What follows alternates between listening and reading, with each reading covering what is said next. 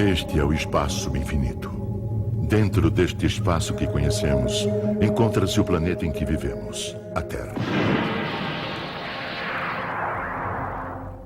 Há muitos anos, quando os deuses ainda reinavam sobre a Terra, existiam jovens que constantemente protegiam Atena, a deusa da guerra.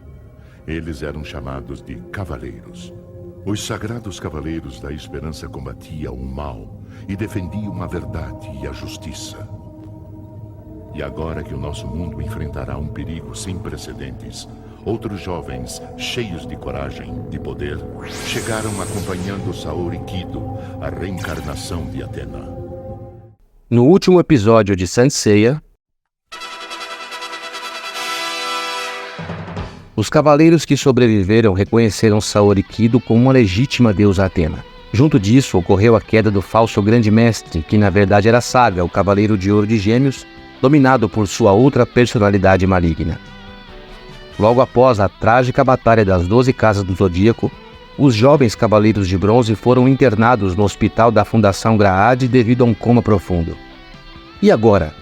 Quais serão os próximos desafios que aguardam os Cavaleiros de Atena? Os Cavaleiros do Zodíaco, Episódios Ocultos. A Saga de Poseidon, o Despertar de Atena.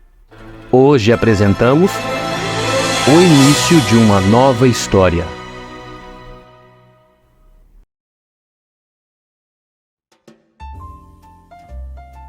Noite na Grécia, e o aniversário de 16 anos de Julian Solo está sendo festejado em sua gloriosa mansão. A elite comercial do mundo inteiro foi convidada, uma vez que a família Solo detém o monopólio do comércio marítimo. No meio de todos os convidados, uma donzela de beleza simples caminha pelo salão lotado. Trata-se de Saori Kido, a herdeira da poderosa Fundação Graad. Como se o destino desejasse ver tal cena, Julian Solo se junta aos convidados, ao mesmo tempo em que Saori chega ao centro do salão. O cavalheiro saúda a dama e diz estar feliz por ela ter aceitado seu convite. Saori responde que é a primeira vez que o vê, mas já havia ouvido falar em seus pais através de seu finado avô, Mitsumasa Kido. Julian fica em silêncio por alguns segundos, por estar encantado pela beleza da jovem. E como forma discreta de romper o silêncio, ele a convida para ir conversar a sós na sacada, longe dos olhares curiosos dos demais convidados.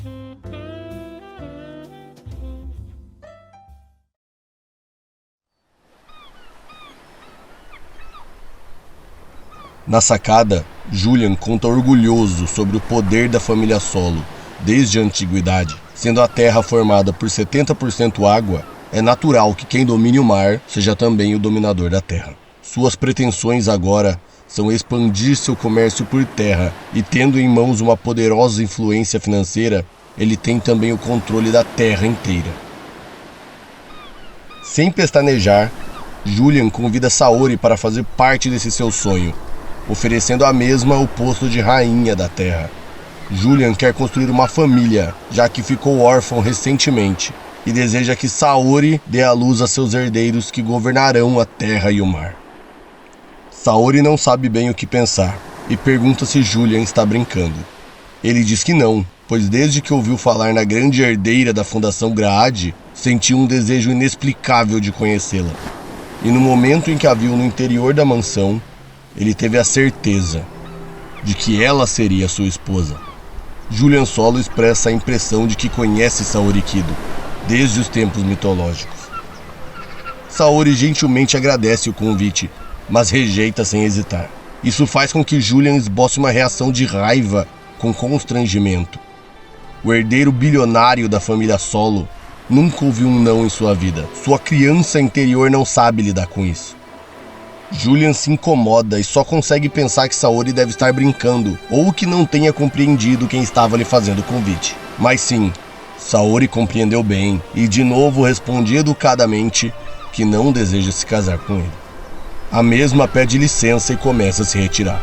Julian, que ainda não crê que seu convite foi rejeitado, não conseguindo mais disfarçar sua raiva, avança rapidamente e segura Saori pelo punho.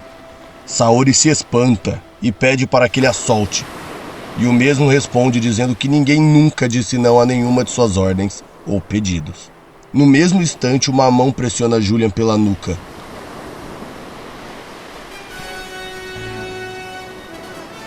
Trata-se de um homem mais ou menos da mesma altura que ele. O mesmo está trajando um smoking preto, com uma gravata borboleta escarlate e possui cabelos azuis rocheados e olhos azuis celestes, que ficam ainda mais vivos à luz da noite. Julian pergunta quem é. E o homem diz ironicamente que, pelo gosto de contrariar pela segunda vez sua divindade, ele não responderá à pergunta de um garoto mimado que oprime donzelas enquanto seu segurança estava no banheiro. Ele também adverte, dizendo que caso toque mais uma vez em sua senhorita, ele nunca mais vai mover o braço. Saori pede que os dois não aumentem a discussão, pois a imprensa que está presente na festa pode perceber e causar difamações. Ela continua caminhando rumo à porta de entrada, e sem revelar que seu segurança é um cavaleiro de ouro, ela pede a Miro que solte Julian e a acompanhe. Devido à sua personalidade, Miro não pensa em obedecer tão depressa e continua a encarar Julian nos olhos para que ele entenda bem o recado.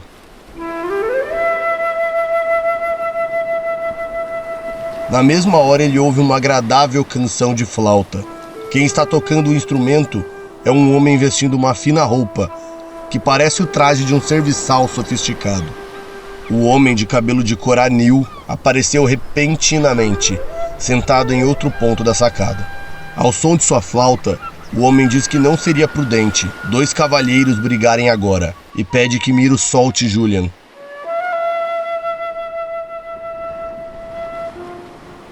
Sem perceber que está sendo sutilmente influenciado pela música da flauta, Miro solta Julian e segue Saori ao mesmo tempo em que continua encarando os dois. Julian pergunta desde quando Sorento estava ali, e ele responde que é sua obrigação estar sempre ao seu lado. Julian diz a Sorento que quer ficar sozinho, e sem questionar, Sorento deixa.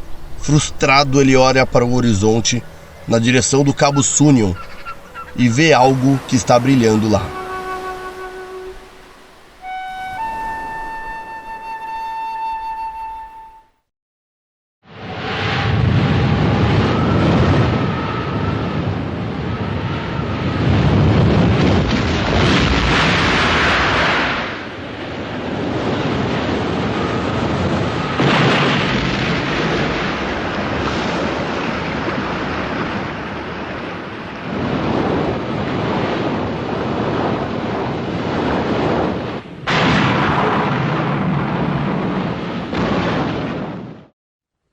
Hospital Galar. 2h45 da manhã. Seiya e Yoga, Shun e Shiryu continuam acamados um ao lado do outro no quarto do hospital da Fundação Graad. E ao lado deles, sentada em uma cadeira, está Saori Kido, que não quer arredar o pé da presença de seus jovens cavaleiros. No fundo do quarto, Miro de Escorpião segue acordado, zelando pela segurança de Athena. Enquanto observa a própria constelação no céu, ele ouve bem baixinho o noticiário no rádio sobre as torrenciais chuvas que estão caindo sobre o mundo. Miro sabe que aquela chuva é intensa demais para ser comum, mas ele também não se dá o trabalho de pensar muito sobre o assunto, pois seu único foco agora é fazer jus ao posto de Fortaleza. Sim, Fortaleza. O Cavaleiro de Ouro de Escorpião agora se tornou a última fortaleza do santuário. Aquele que detém a maior responsabilidade sobre a proteção de Athena, pois as casas de Sagitário a Peixes estão vazias e também não há ninguém na sala do Grande Mestre. E embora tenha reconhecido Athena pelas ações de Yoga e naquele mesmo instante respondeu ao martírio do cisne salvando sua vida, Miro não esconde de ninguém, nem de si mesmo, o sentimento de desconforto que carrega em seu coração. Na mesma medida em que ele sabe que não era culpado, mas sim contaminado pelo vírus que Saga espalhou, ele também sabe que, seja como for, lutou contra Athena. Ele saiu vivo da guerra, mas seu amigo Camus morreu. E isso foi consequência dos atos de Saga, que ele apoiou mesmo sem ter consciência. O cavaleiro agora carrega esse pesado fardo sobre seus ombros, Porém, ele deseja fazer isso com o mesmo amor que viu Yoga e os outros passarem por todas suas provações. Seja como for, o orgulho deixa suas marcas. Miro é um cavaleiro de ouro e não de bronze. Qualquer erro de sua parte pode causar danos que atravessem gerações, assim como foram os danos causados pelas ações de Saga. Ele não pode errar, e a única maneira de não fazer isso é permanecer colado em Athena. Ele jamais poderá se perdoar se algo acontecer à sua jovem deusa. Já não basta ter lutado contra ela? É aterrorizante a ideia de algo lhe acontecer estando ele agora tão próximo. Todos esses pensamentos passam pela cabeça de Miro. Miro, que nem percebeu que a programação do rádio cessou, se vira devagar, como quem quer evitar barulhos, e percebe que Saori pegou no sono. No mesmo instante, ocorre uma manifestação de cosmos dentro do quarto. Miro, que tem reflexos incríveis, se coloca em guarda, armando seu ferrão para proteger sua deusa. China, a amazona de prata de cobra, e Kiki, o pupilo de Mu, chegam por teletransporte, trazendo um chamado do santuário. Miro reluta a aceitar, por todos os motivos que estão cravados em seu coração, mas China garante que é emergencial e diz que ficará na guarda provisória de Athena enquanto ele vai para a reunião dourada. Depois de muito resistir, Miro aceita, pois pretende voltar logo e sabe que China é competente o bastante para cuidar de Athena por um breve momento. Antes de partir, Miro, que preza demais a amizade, olha preocupado para o amigo Yoga sobre a cama, e em seu coração ele pede ao espírito de Camus de Aquário que não deixe Yoga morrer. Em um simples piscar de olhos, Kiki o teletransporta para o santuário, diante da casa de Ares onde Mu o aguarda. O fuso horário entre Japão e Grécia é de 8 horas menos. Neste caso, a noite está um pouco menos profunda no santuário de Athena. A preocupação parece ter ido junto com Miro, que sem saudar Mu, diz secamente esperar que o mestre ancião seja breve, pois deseja voltar para proteger sua deusa. Mu não o retruca. Ele também não deseja estender a conversa com Miro, que também tem seus motivos para fazer o que faz, e juntos eles sobem para o salão do grande mestre, onde Aldebaran e Aioria os estão esperando. As 12 casas estão vazias e sem proteção. Isso parece um grave descuido, mas trata-se de uma estratégia bem inteligente. Se o inimigo adentrar a fortaleza de Athena, ele vai se deparar com um grupo de cavaleiros de ouro de uma só vez. Como não há muitos soldados no santuário, montar esse tipo de estratégia é necessário em situações como essa. Miro pergunta onde está Shaka, e o pacato Mu não responde. Ele não quer mentir, porém não sabe o que dizer. Mu é excelente cumpridor de ordens e um obediente porta-voz, mas não é bom em lidar com conflitos entre os cavaleiros de ouro. De criança, Mu se tornou um homem afastado dos demais cavaleiros, então ele não é uma pessoa muito próxima. É possível que aos 7 anos de idade, quando Mu foi eleito cavaleiro de Ares por Xion, eles tenham convivido um pouco mais uns com os outros, mas as amizades da infância esfriam na idade adulta, se as crianças se mantiverem afastadas. O laço que os une, ou seja, as obrigações de cavaleiro, hoje não é suficiente para desfazer a distância enraizada que se construiu entre Mu e os outros durante mais de uma década. Para os nobres guerreiros do santuário, quem era Mu de Ares? Um cavaleiro que se mantém afastado de seu berço, o santuário? Um homem amigo de um ancião que vira as costas para o grande mestre? Uma pessoa que não se manifestou referente à traição de Aioros?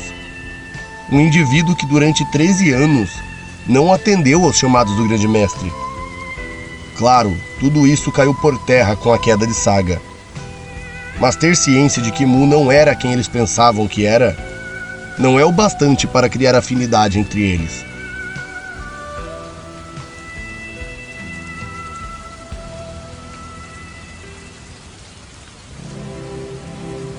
De volta ao hospital da Fundação Grade, Saori acordou com o barulho dos trovões, e China aproveitou para levá-la até o refeitório, segundo Miro havia ordenado, pois até então ela estava sem comer por estar fixada no coma de ceia. Enquanto isso, o pequeno Kiki dormia em um cantinho escondido, atrás de um armário. Tão rápido quanto a porta do quarto se fechou, um cosmo dourado, que parecia aguardar a saída das duas, surge no meio do quarto. Esse cosmo é grande, porém discreto. Ele pode manter sua presença completamente imperceptível, a ponto de nem China e nem Atena perceberem a movimentação. Continua.